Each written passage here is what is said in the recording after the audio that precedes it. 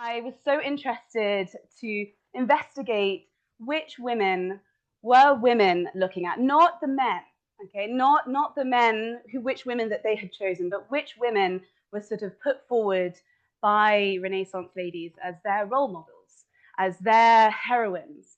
And lo and behold, I opened a box of frogs, and there was so much for me to sort of sift through that I hope I'm giving you a great taster here. And if you like it, let me know, and I'll do the next ladies.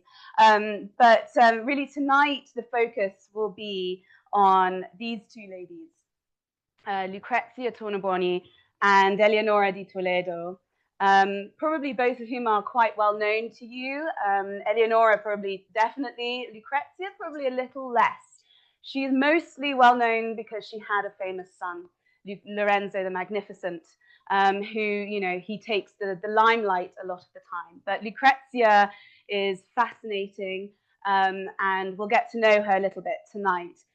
They are, about a century apart. I put their dates here below.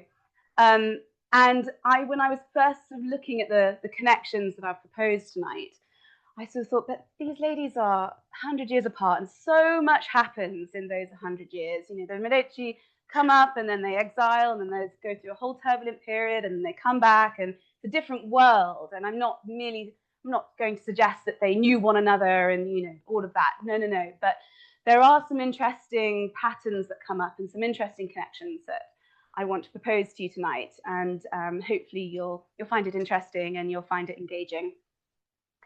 I'm looking really at the ladies that they publicly were celebrating. So the ladies that would be in their domestic homes, the ladies that they would celebrate, that they would look at as role models for themselves, but also for the women around them.